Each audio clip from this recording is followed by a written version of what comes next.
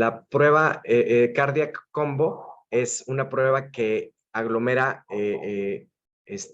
creatina quinasa y troponinas, y vamos a revisar la utilidad de esta prueba en en el dolor precordial y el dolor torácico en urgencias. Entonces, pues tenemos un dolor en precordial. La enfermera o el enfermero suele decirnos: doctor, tenemos un paciente con dolor precordial, tiene una edad aproximada que parece como que sí podríamos hacerle caso, hay que revisar qué opina, cómo ve. Inmediatamente tenemos que evaluar el caso y decir: el tiempo puerta electro debe ser lo más rápido posible, ¿verdad?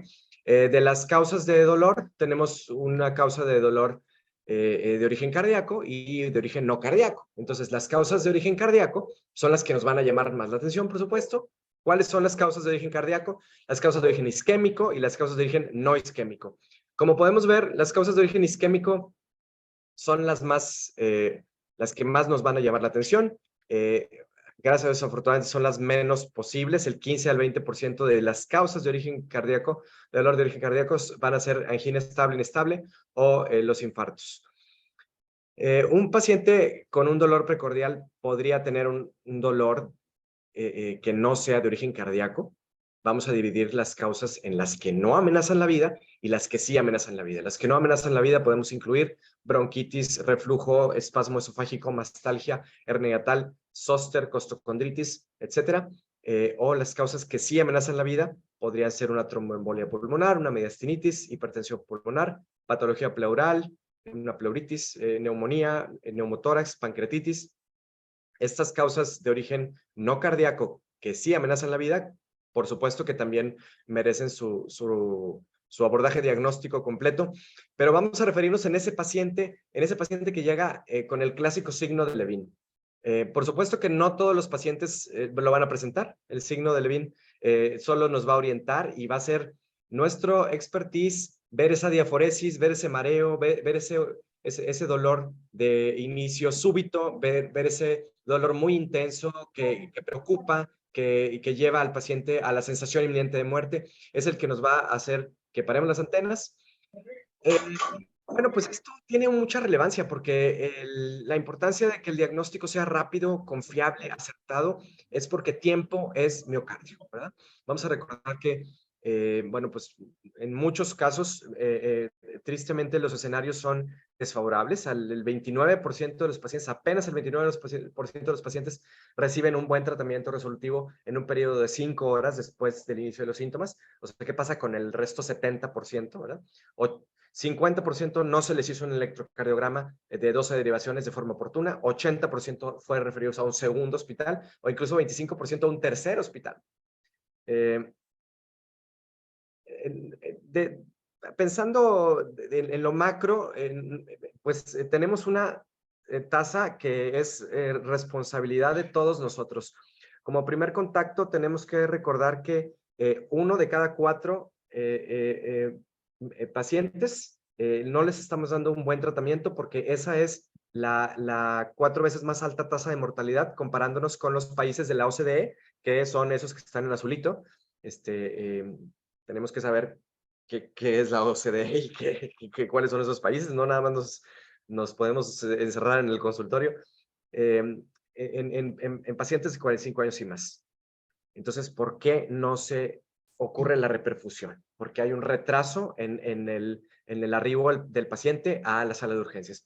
Porque la media del primer contacto con el médico puede ser incluso más prolongada de 8 horas, puede ser 9 horas.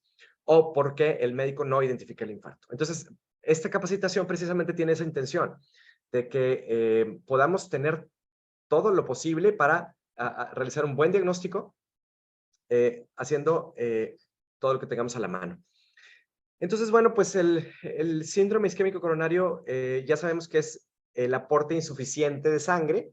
Esto nos lleva a una obstrucción al flujo que luego nos da las presentaciones clínicas de infarto o angina, y de acuerdo a la elevación del ST, podemos decir que hay sin elevación o con elevación. Esta definición incluso hablando de las definiciones internacionales de infarto, ahora estamos en la cuarta definición de infarto, ¿verdad? La cuarta definición internacional de infarto tiene varios componentes. Es muy fácil poder, cuando está muy claro la elevación del ST o el infradesnivel de un ST, pues es muy fácil poder decir, son 3 derivaciones contiguas con una infradesnivel como el que vemos aquí en el ejemplo. Y bueno, pues este paciente entonces se tiene que referir por un síndrome isquémico coronario agudo, ¿verdad? Este es un caso ejemplo, un masculino de 70 años, se presenta en la unidad en la que yo trabajo. Yo trabajo en una unidad de urgencias en las noches y de día estoy en mi consultorio en Santiago, Nuevo León, aquí al sur de Monterrey. Un masculino de 70 llegó para realizarse un electro, hay una FA con una isquemia inferior anterior por una depresión del ST, hay un bloqueo de rama además, pero tuvimos oportunidad de realizarle enzimas cardíacas, las cuales fueron positivas. Entonces, pues es un caso muy atípico, porque se trata de un paciente que llegó a hacerse un electro y que de pura casualidad había laboratorio y que de pura casualidad había reactivo de enzimas cardíacas y que de pura casualidad ambas pruebas fueron positivas. Entonces tenemos dolor, enzimas y electro positivos, lo pudimos derivar fácil. Pero ¿qué pasa en los que no? Entonces, los componentes de la cuarta definición de infarto son 2 componentes. Primero tenemos que encontrar el daño al miocardiocito, que ese se define por que hay una lesión miocárdica aguda detectada por un biomarcador, pero este biomarcador tiene que tener un cambio significativo en el tiempo. O sea, vamos a desmenuzar un poquito más esto. Todos podemos tener una prueba de troponina positiva porque todos tenemos troponina, o sea, porque todos tenemos una producción de troponina en nuestras células miocárdicas. Lo que ocurre es que hay un equilibrio entre la producción, o en todo caso, en la salida y en la fuga de las troponinas del miocardiocito y en la eliminación de estas troponinas. Entonces, lo que debemos encontrar es un biomarcador, pero con un cambio significativo en el tiempo. Eso es lo que nos diagnostica el daño al miocardiocito, o sea, la lesión del miocardio. Y además debemos de documentar otros datos que son los datos de infarto, datos de isquemia, por estudios que son paraclínicos, que son la clínica de angina, los estudios de gabinete. Fíjense cómo tenemos estudios que pueden ser una resonancia, una evidencia de un trombo intracavitario en un ecocardiograma transtorácico, por ejemplo, o un cambio en una motilidad segmentaria en el ecocardiograma transtorácico. Esto es que al paciente en un ecocardiograma se le evidencie la alteración en la motilidad. La suma de ambos nos va a diagnosticar el infarto. El biomarcador que tenemos que tener en la mira, que está incluido en el Cardiac Combo del laboratorio Amunet, es la troponina. La troponina, lo normal es que tengamos una determinación de 0 a 0,4 nanogramos y la prueba rápida de Amunet la detecta cuando hay una elevación de más de 1 nanogramo por mililitro. La prueba rápida de Amunet es una prueba de alta sensibilidad, no es ultra sensible, ¿sí? O sea, esta determinación de alta sensibilidad, de ultra sensibilidad, es porque los biomarcadores hay de muchos tipos. Y esta es una prueba que, aunque es una prueba cuantitativa, es una prueba cualitativa, pero es cuantitativa porque tenemos la concentración, pero es más bien cualitativa, ¿verdad? Adiós. Bueno, ahorita vamos a hablar más adelante de esto. Entonces vamos a hablar de esa troponina. La troponina es un biomarcador. ¿Qué es un biomarcador? Pues un biomarcador debería tener una sensibilidad suficiente como para detectar pequeñas lesiones del corazón. Debe ser específico para el músculo del corazón. O sea, que no se detecte cuando hay por ejemplo, una lesión muscular esquelética. Que haya una relación directa entre los niveles del biomarcador y la severidad de la lesión y por tanto el pronóstico, que refleje un resultado de la reperfusión, por ejemplo, que a la vuelta de un tratamiento se refleje la disminución del biomarcador, que se distinga entre un daño reversible e irreversible, que no sea detectable en personas, por ejemplo, que no tengan daño, o sea, que sea sensible y específico, que se pueda elevar de forma temprana y que, por supuesto, sea una prueba económica, disponible, rápida, cuantitativa, que eso es lo que ofrece el Laboratorio Munet, que tenemos esta serie de pruebas, y que prueba de COVID, y que prueba de influenza, y que prueba de estreptococo betamolítico y de TSH, y prueba de dengue, y prueba de chikungunya, de Zika, prueba próximamente de riquecias. Ya comprometí a Lorena para que nos haga, aquí tenemos en Monterrey un programa de riqueciosis. Entonces, en nuestro consultorio debemos tener una batería de pruebas, porque representan una evolución en la tecnología. Entonces, tener este tipo de pruebas nos ayuda a detectar este biomarcador ideal que estamos buscando. ¿Qué ocurrió históricamente? Que se empezó a usar la transaminasa glutámica oxalacética, pero no era específica. Luego la deshidrogenasa láctica, pero ya sabemos que hay varios tipos, tampoco es específica. Luego la mioglobina, después se encontró la seca total, la seca MB, y por último se encontró que la troponina era un poquito más específica, y por lo tanto es la prueba que ahorita es el biomarcador que tenemos actual. Las troponinas tenemos tres tipos. Tenemos tres tipos de troponina, que es la T, la I y la C. Tenemos mamá. Tenemos que la troponina tiene una detección que esta detección corresponde a esta cinética. Vamos a pensar como si fuera una farmacocinética. Entonces, la cinética implica que se produce. ¿Dónde se produce la troponina? Bueno, está dentro del miocardiocito.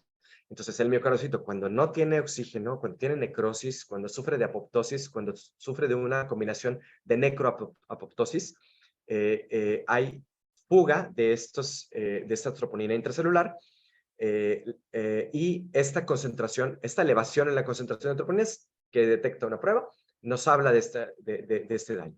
Ahora, como ya lo dije, los mecanismos de eliminación de las troponinas incluyen la degradación enzimática. Esto es, hay enzimas que se comen la troponina y la degradan.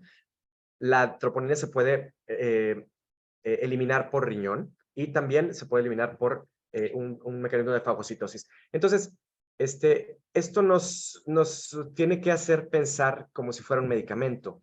¿Qué ocurre en un paciente, por ejemplo, que tiene daño renal y que su depuración renal es muy baja? Esto implica que rápidamente vamos a encontrar concentraciones de troponina altas, y que las concentraciones de troponina entonces van a estar constantemente altas. Entonces, esta curva enzimática que podríamos luego buscar para darle seguimiento a la lesión del corazón, pues entonces va a estar sesgada por esta condición de la persona. Por eso las pruebas no se hacen por hacerse, no se las puede hacer un paciente. Por eso las pruebas solo las pedimos nosotros, porque es nuestro juicio clínico quien las va a interpretar, ¿no? Bueno, con respecto a la palabra delta, la delta habla de la curva enzimática. La presencia de ese cambio, de esa delta en la curva, es la que es uno de los componentes de la definición de infarto, que ya dijimos, un biomarcador, pero con un cambio significativo. Y bueno, pues hay muchos tipos de troponinas. Bueno, pues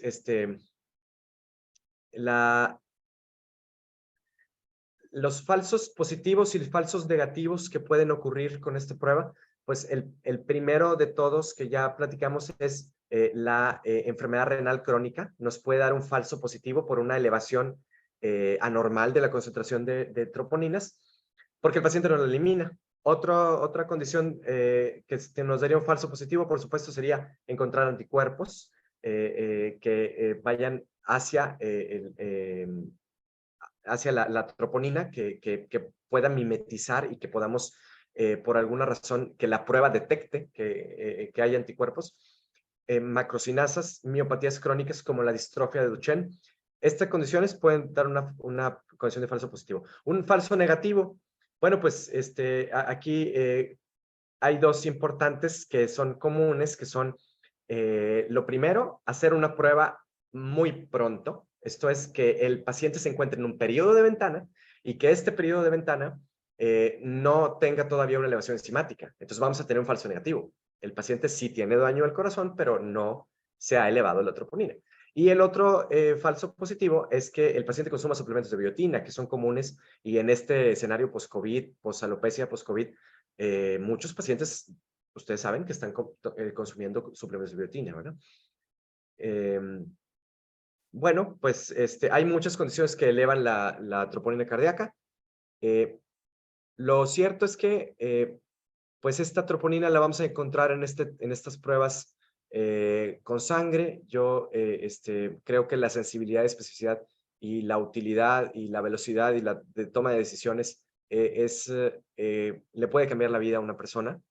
Hay que hacer una buena prueba, hay que hacer recolectar una buena muestra, una gota gruesa, hay que rotular el cassette.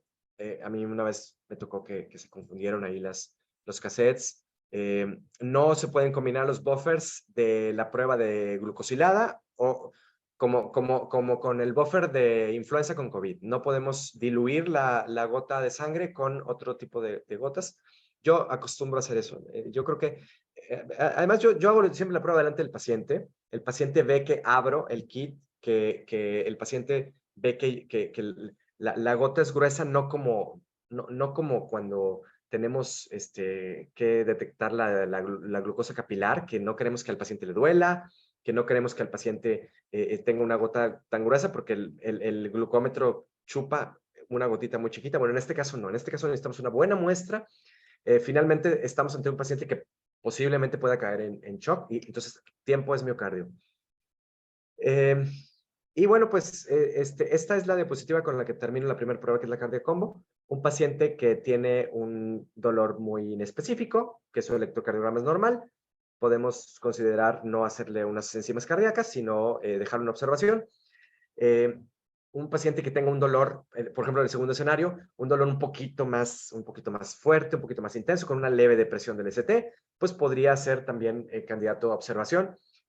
Y entonces entramos en el escenario de pacientes ya con un dolor un poquito más intenso, ya con una depresión ST un poquito más marcada, ya con pruebas de enzimas cardíacas en limítrofes. En esos casos son en los que vamos a actuar. Hay que activar el código de infarto, hay que referir al paciente para que reciba la reperfusión si nuestro centro no la tiene. Hablando de los centros de atención cardíaca, se tiene que estandarizar de acuerdo a las pruebas que se tienen, al tipo de pruebas que se tienen. Por ejemplo, si en los consultorios tenemos pruebas rápidas y luego al paciente ya se puede pasar a la sala de urgencias, y en la sala de urgencias se puede hacer una determinación en sangre, depende del tipo de pruebas, si son cualitativas o cuantitativas, cada cuánto tiempo se puede hacer. Esto, voy a poner un ejemplo. Llega un paciente con dolor precordial, le hacemos su electro, le hacemos su prueba y tomamos una decisión. La prueba es positiva, podemos repetir la prueba a la vuelta de una hora. Si la prueba es cualitativa, podemos considerar repetirla a las 3 horas. Si es cuantitativa, la podemos repetir a la hora, a las 3 horas, para valorar la curva enzimática. O sea, pero en todo caso, la toma de decisiones iniciales, que es lo que más nos preocupa a todos en el primer contacto, se puede hacer con estas pruebas. Y bueno, el último escenario es un paciente que llega ya en una parada respiratoria, que ya se le hicieron maniobras, que por cierto las maniobras de desfibrilación también podrían provocar un falso positivo. Entonces tendríamos también que considerar esos escenarios, ¿verdad? Bueno, pues tenemos esa prueba Cardiac Combo como una gran ventana a un área enorme de oportunidad para ayudar a nuestros pacientes. El riesgo cardiovascular y la mortalidad por infarto, que es la primer causa de mortalidad, creo que a todos nos interesa. Creo que la utilidad de estas pruebas se dice por sí sola, ¿verdad? La segunda prueba de la que quiero hablar es la prueba del dímero D. Ustedes saben que el dímero D es un residuo de la fibrina, es una proteína que sueltan los trombos y que se encuentra en altas cantidades cuando hay un trombo. La tromboembolia pulmonar o la trombosis venosa profunda son muy comunes y todos las buscamos y nos asustamos por encontrarlas y ya saben que un médico que no sabe, no va a buscar algo que no sabe, entonces tenemos que repasar constantemente cómo se presenta una tromboembolia pulmonar. La tromboembolia pulmonar es una obstrucción de una arteria pulmonar por una embolia. Entonces, la clínica tiene un espectro amplio. Tenemos una trombosis que suele iniciar como una trombosis venosa profunda. Podemos encontrar un paciente con hipoperfusión, con una disfunción. Hay unos signos clásicos, el signo de Hollow, que es una opresión en los músculos de la pantorrilla, o el signo de Homans, que es el dolor de los músculos a la dorsiflexión. Entonces, un paciente con una trombosis venosa profunda podría llevarnos a una tromboembolia pulmonar, ¿verdad? Los signos y síntomas ahí se movieron los porcentajes, son tan versátiles como disnea, taquipnea, taquicardia, dolor torácico subesternal, hemoptisis, pero si yo les digo que eso es característico de la tuberculosis, o característico de COVID, o característico de influenza, pues también. Entonces, por eso, este tipo de pruebas se corresponde a la tecnología que nos ayuda a tomar decisiones clínicas rápidas en el consultorio. Se diagnostica con un electro que es poco útil e inespecífico, con una angiotomografía que pues es el método por supuesto más usado, pero pues obviamente que no es tan sencillo tener un angiotomógrafo. Hay que recordar que los medios de contraste son nefrotóxicos, es todo un tema los medios de contraste. El dímero es de mucha utilidad. Un ecodoppler, bueno, pues nos puede sugerir una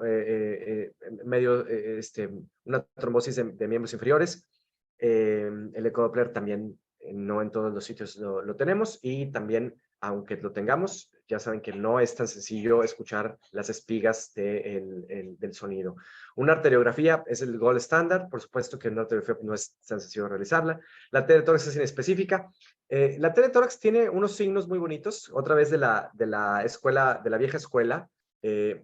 La teletórax, podemos tener una teletórax como esta, que es una teletórax pues, francamente fea y francamente pues con un ensanchamiento mediastinal y con un ensanchamiento de ilios que podemos decir que podría ser un poquito de bronquitis, pero lo cierto es que tenemos que recordar que si está obstruido una arteria, entonces todo la pirámide hacia la periferia va a estar obstruido. Entonces tenemos el signo de Westermarck, que es la oligoemia distal al vaso ocluido, el signo de Hampton, que es una opacidad triangular de base pleural y vértice hacia el ilio, o el signo de Fletcher, que es una dilatación de la arteria pulmonar, precisamente porque el trombo provoca que la arteria sea más radiopaca, ¿verdad?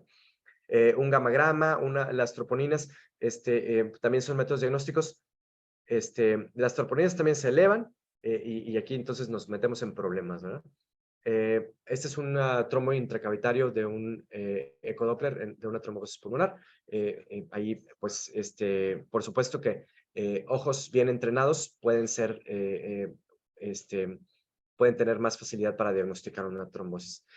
En el electro tenemos la clásica S1Q3T3, el patrón S1Q3T3, déjenme si los muestro, ¿dónde está? El patrón S1Q3T3, aquí está. En la derivación 1 tenemos la S profunda, en la derivación 3 tenemos la Q profunda y la T invertida. Entonces, S1Q3T3 es un buen dato para diagnosticar una tromboembolia pulmonar. La, el, la, la taquicardia sinusal, desarrollo de S1Q3T3, sobrecarga sistólica del ventrículo derecho, datos compatibles con dilatación ventricular aguda manifestados por desviación en el plano de transición, o sea, de B3 a B4, originalmente en B3 y posteriormente a B4, exactamente. Entonces, bueno, pues el gamagrama de una tromboembolia pulmonar, tanto en fase ventilatoria como perfusoria, muestran distribución irregular del aerosol y de los marcadores radioactivos en ambos pulmones. Además, en el plano oblicuo posterior izquierdo, en el segmento anterior del lóbulo superior izquierdo, que es en donde está la flecha, se observa una zona de hipoperfusión, ¿verdad? Pues obviamente que no todos los consultorios de primer contacto, como el mío, que es un consultorio de colonia, tenemos un gamagrama, ¿verdad? Bueno, pues un paciente con un riesgo no tan alto de tener una probabilidad clínica de trombosis, de tromboembolia pulmonar, un dímero D nos puede ayudar a descartar una tromboembolia pulmonar e irnos hacia buscar otras causas posibles de ese dolor precordial. La prueba de dímero D es una prueba que detecta 500 nanogramos por mililitro.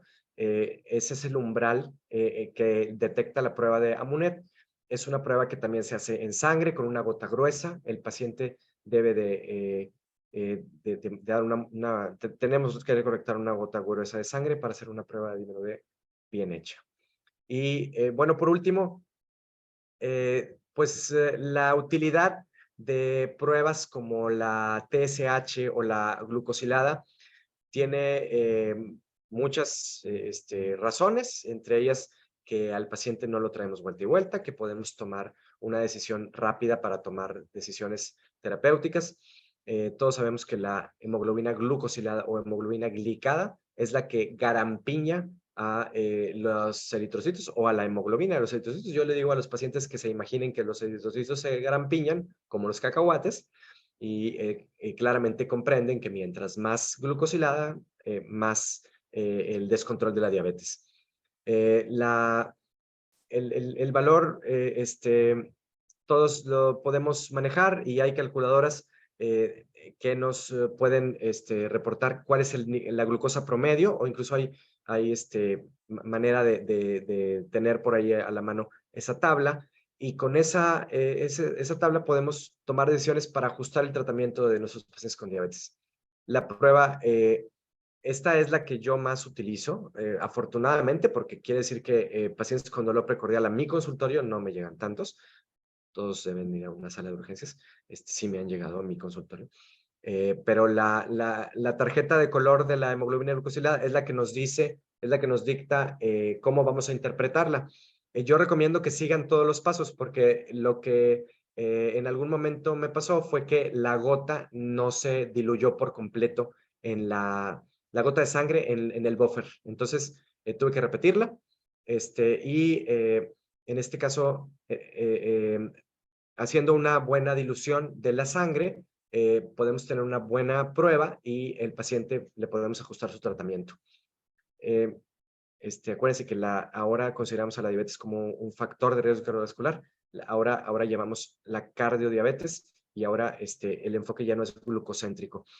Pues bueno, espero que estos comentarios y consejos y observaciones les hayan gustado y espero que todos en donde estén sigan compartiendo la maravilla de ser doctores y de estar con la responsabilidad de atender a nuestros pacientes.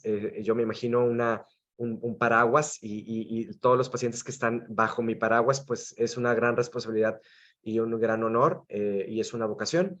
Y bueno, pues espero que les haya servido de algo. Muchísimas gracias, doctor Yair. Gracias por esta información. Y bueno, estamos en el momento de las preguntas, doctor, si nos hace el gran favor de poder responder. Les invito a cada uno de los médicos que están conectados que a través del chat puedan aclarar estas dudas. Seguramente para algunos es algo nuevo, para algunos otros ya llevan una experiencia. Y bueno, recuerden que es nuestra comunidad de médicos y estamos aquí para compartir y también seguir creciendo. Entonces, de manera privada o de manera en público podemos compartir. Si también deseas abrir tu micrófono, con muchísimo gusto. Quiero compartir una pregunta, doctor Yair, que me llegó de manera privada. Doctor, ¿hay alguna preparación especial requerida antes de realizar la prueba rápida de Cardia Combo? Una preparación especial, no entiendo exactamente qué podría ser, hacia si el paciente se prepara o hacia si el paciente, pues puesto que se trata de una situación en la que es inminente y urgente la necesidad de esa información, prácticamente la prueba se hace a como se pueda hacer con una gota gruesa de sangre. No sé si estoy comprendiendo la pregunta. Ok, pienso que también va encaminada al punto donde qué cosas necesito para llevar a cabo la prueba. La preparación especial es como qué herramientas yo necesito para poder llevar a cabo la prueba. Bueno, pues probablemente sea buena idea. Yo lo que hago es que acerco una mesa de Mayo a donde está el paciente acostado con su monitor cardíaco y en la mesa de Mayo yo hago la prueba, como cuando hacemos una prueba de COVID o de influenza. Pues yo siempre uso guantes porque siempre hay contacto de sangre. Este, la pipeta que a veces la pipeta que tiene el laboratorio, que viene en la prueba, es una pipeta que no es tan sencilla de usar, a pesar de la práctica y lo que sea. O sea, por eso hago énfasis en la gota gruesa, porque yo siempre batallo con eso. Yo creo que, pues, paciencia, prepararse con guantes, prepararse con una superficie en la que la prueba no se va a caer. Hay gradillas que ya incluyen, incluso creo que las cajas de Omunet al reverso, hacen las veces de gradillas con unos agujeritos que tienen ahí dispuestos. Son cuestiones ya técnicas. Estoy hablando, por supuesto, desde una humilde infraestructura en la que yo tengo apenas ahí un área de observación, pero seguramente hay algún colega, algún lugar en donde sí tengan un área específica como para realizar otro tipo de pruebas, una especie de mini laboratorio, ¿verdad? Ok, excelente, doctor. Nos dice la doctora Elena Carmona Gutiérrez, nos dice, para la prueba de hemoglobina glucosilada, ¿se toma igual que la cardia combo? Sí, sí, las pruebas cardio-combo glucosilada y la dímero D son pruebas que se realizan con una gota gruesa de sangre y el resultado está en 10 minutos. Entonces, en lo que preparamos la receta, ya tenemos el resultado y podemos tomar la decisión. Por ejemplo, con la de glucosilada. Ok, perfecto. Nos dice la doctora Mercedes Cárdenas Alvarado, excelente, muy interesante, gracias. Bueno, nos saluda desde Tapachula, Chiapas. Wow, amo la tecnología y bueno, el gusto de conocer la doctora. Y también nos dice la doctora Karina Morales, buenas noches a todos. Con respecto a la tromboembolia pulmonar, hay fiebres que se pueden confundir con neumonía y a esta, a su vez, elevar la troponina y esta, a su vez, elevar la troponina. Sí, por supuesto. O sea, si hablamos del diagnóstico diferencial de la tromboembolia pulmonar, pues prácticamente podemos hablar de que es una situación cercana a los grandes mimos de la medicina, ¿verdad? O sea, la brucelosis, el COVID, el lupus, ¿qué otro? La tuberculosis. O sea, la tromboembolia pulmonar, por supuesto, un ojo bien entrenado y un interrogatorio bien preciso. Recuerdo una paciente que había viajado, ¿verdad? O sea, el antecedente del autobús, de 12 horas de autobús, puede ser mucho, muy relevante y nos cambia completamente el algoritmo de pensamiento. Gracias por la observación. Todos estamos de acuerdo en que el diagnóstico diferencial de la tromboembolia pulmonar es arduo. Ok, muchísimas gracias. Bien, tenemos también otra pregunta, doctor Yair. Nos dice, bueno, no viene, dice iPhone de manera privada, pero bien, ¿cuáles son los beneficios que usted ha encontrado en las pruebas rápidas y cuánto tiempo tiene usándolas, doctor? Vamos a ver, las pruebas rápidas, pues yo las conocí en la pandemia de influenza en el 2009 en la Ciudad de México. Las pruebas rápidas son una manera de tomar una decisión rápida en el consultorio, en el momento, en el sitio clínico, ¿verdad? Las pruebas rápidas se puede considerar una prueba rápida desde una glucometría, o sea, porque vamos a ver, una prueba rápida, una prueba es una toma de presión arterial, es una evaluación, o sea, esta evolución de las pruebas rápidas con cassettes y ahora con una versatilidad de biomarcadores y metabolitos que podemos encontrar. Pues ahora eso es lo que el debate que ahora tenemos, que con esta nueva tecnología tenemos que aprender a usarla. Seguramente hay implicaciones bioéticas que tenemos que poner sobre la mesa. En algún momento hemos platicado en otra conferencia con respecto a la necesidad de que el paciente esté enterado de la prueba, de que se haga enfrente de él, que una prueba rápida, mientras mejor se haga, mejor la confianza y por lo tanto mejor la certeza y la comunicación que tenemos con nuestro paciente. En algún momento también hemos dicho que las pruebas rápidas no se pueden hacer, tomar la muestra y luego meterte a un cuartito a procesarla. Yo creo que ese es un cambio de paradigma con respecto a los estudios de laboratorio, que vamos a un lugar, nos sacan sangre y en la tarde nos mandan el estudio. Pues aquí no, aquí la prueba rápida se hace en ese momento y en ese momento se toma el resultado y en ese momento se decide. Entonces, yo tengo usando pruebas rápidas ya en concreto aproximadamente unos 3 años que hubo la necesidad de tener pruebas rápidas primero de anticuerpos y luego de antígenos por COVID.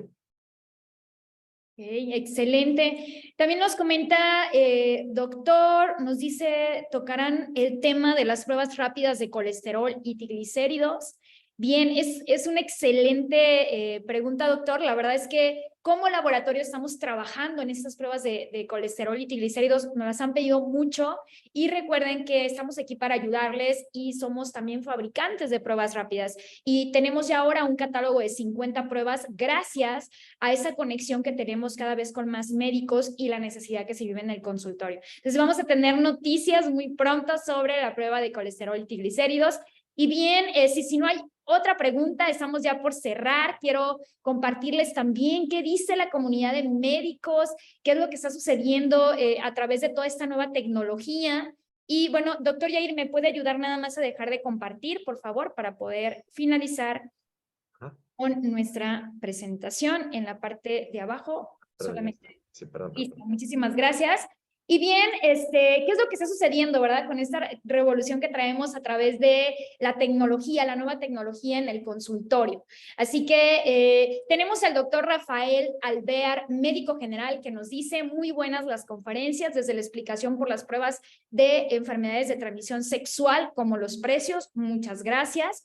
El doctor Héctor de la Ita Montes, médico laboral, nos dice estuvo bastante bien la conferencia, en lo personal son temas para recordar y me gustó. La doctora Elena Adamé Ruiz, médico general, nos dice gracias, la plática estuvo muy interesante, gracias por su atención. Y la doctora María Chavarría, gerontología, la conferencia muy buena, gracias por la invitación. Estamos aquí para ayudarles, para formar parte, y nosotros como laboratorio, como Pruebas Rápidas en México, ofrecemos a cada profesional de la salud todas las herramientas que necesiten, no solamente a través de esta conferencia, sino también la atención personalizada por WhatsApp, recibir conferencias grabadas de diferentes médicos de distintas especialidades y sus experiencias en la práctica diaria en el consultorio, asistencia técnica de nuestro equipo de laboratorio para la fabricación y elaboración de pruebas rápidas y invitación a las próximas conferencias. También reciben paquetes de pruebas rápidas ideales por el laboratorio con precios exclusivos por cada profesional, para cada profesional de la salud en México. Eso es algo muy importante, ya que dedicamos parte de nuestro tiempo para seguir aprendiendo y valoramos cada una de las actividades que ustedes realizan. Es importante también comentarles, tenemos pruebas rápidas de COVID, tanto en saliva, nasofaringe y anticuerpo, para entregas inmediatas en más de 20 estados de la República. Y tenemos también paquetes exclusivos para que ustedes tengan esta oportunidad de poder conocerlas. Tenemos el paquete A. Ese paquete A tiene 10 pruebas de Cardia Combo. Y bueno, está en 1972 más envío. Esa promoción tiene vigencia hasta el 13 de junio del 2023.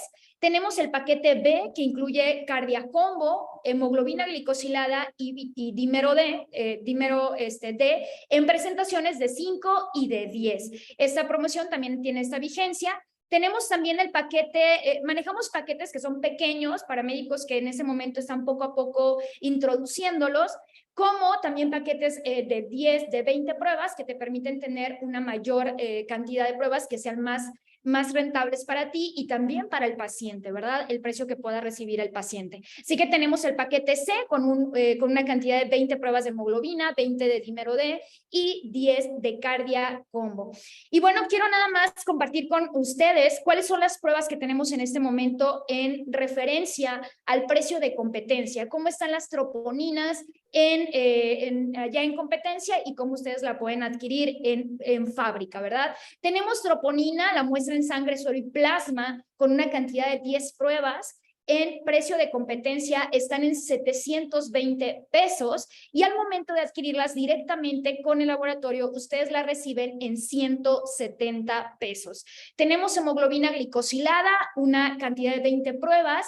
Allá afuera, Salud Digna como referencia la tienen 315 y directamente de la fábrica la puedes recibir en 61 pesos.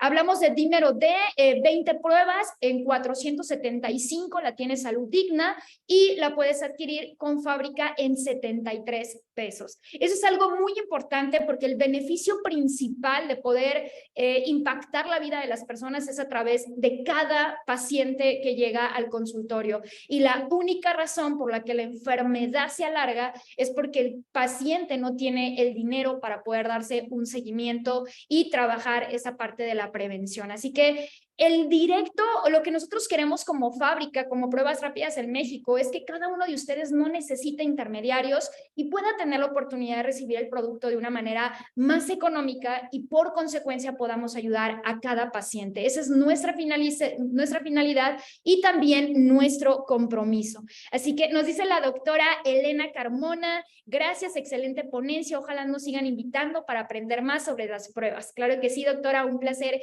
que nos acompañe. Y bueno, sabemos que como profesionales de la salud siempre es importante estar en esta búsqueda, ¿no? En poder tener la mejor tecnología más avanzada en nuestras manos. Los mejores médicos siempre están en una constante evolución para tener las mejores herramientas en el consultorio. Agradecemos su tiempo, la oportunidad que nos dieron el día de hoy de poder conocerles. Gracias, doctor Yair, por esta excelente conferencia que nos dio el día de hoy. Sé que se encuentra ahora en un congreso en Monterrey. Gracias, disfrútalo mucho. Vamos a tener mucho que compartir después con toda nuestra comunidad de médicos. También nos saludan, sí, claro, doctora, muchísimas gracias, Claudia, nos dice la doctora Claudia Reveles, gracias a usted, doctora, por haber estado aquí conectada. Y bueno, estamos listos para poder ayudarlos. A través de WhatsApp pueden recibir nuestras conferencias grabadas, los precios especiales de nuestros paquetes y vamos a tener la próxima semana un excelente tema. Va a ser un gusto poder